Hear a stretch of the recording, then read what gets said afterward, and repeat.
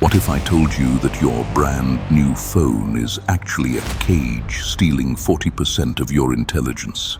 Today, we live in an era of burnout and chronic fatigue, convinced that the key to success lies in having more square footage, more subscriptions, and more things we haven't even had the chance to unbox. But while we pay for expensive focus apps, we forget that in the heart of Medina, 14 centuries ago, there was a group of people who played this game to perfection. Welcome to the world of the Ashab al-Suffa, the first intellectual special forces of Islam. Ashab al-Suffa, or the companions of the platform, were poor, homeless companions of the Prophet ﷺ in Medina, who lived on a sheltered, raised platform called Suffa in the Prophet's Mosque, focusing on learning the Quran and Sunnah. They were the first Islamic welfare system, receiving charity and support from the Prophet and other Muslims, with notable members including Abu Huraira, Bilal ibn Rabah, and Salman al-Farsi, as mentioned in authentic hadith collections. Imagine an elite that consciously chooses a life without a single square meter of real estate in order to become the hard drive of a new civilization. They weren't just poor inhabitants of a mosque porch. They were a kind of first open-air university, but also the most intriguing group of people of their time.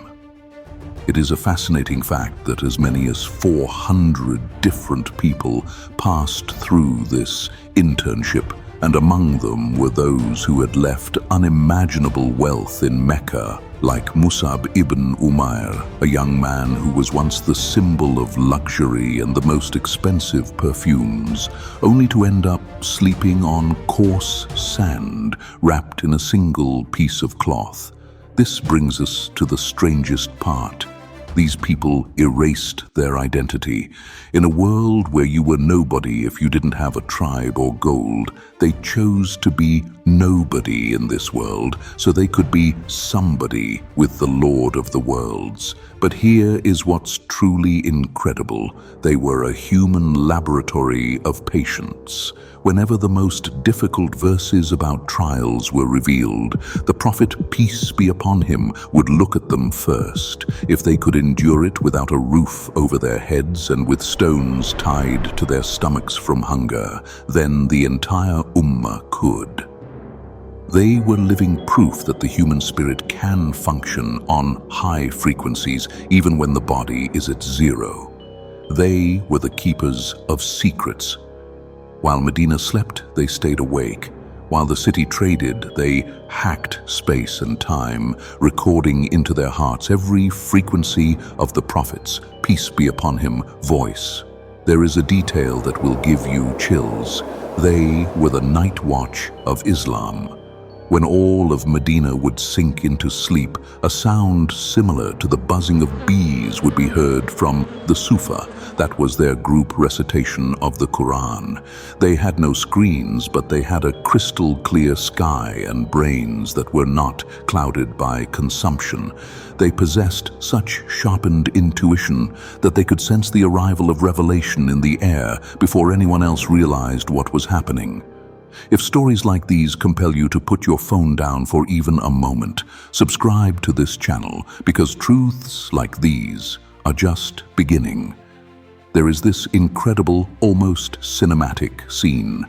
People who don't even have a proper meal become the ones whom the most powerful commanders come to for advice. Why? Because the one who needs nothing from this world is the only one who sees the truth as it really is. They were the first spiritual emergency room.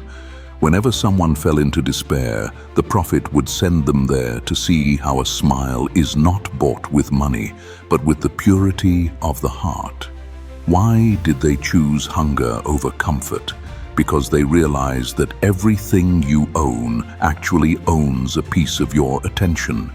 If you have 10 worries about this world, you have 10% less processing power for eternity. From that empty room of theirs, from that porch that didn't even have walls, came more knowledge than from all the libraries of that era.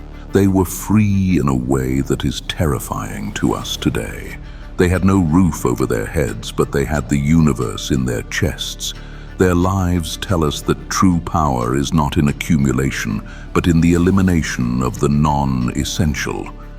In a world where we are bombarded with information, they are proof that the loudest messages are only heard when you silence the noise of the world.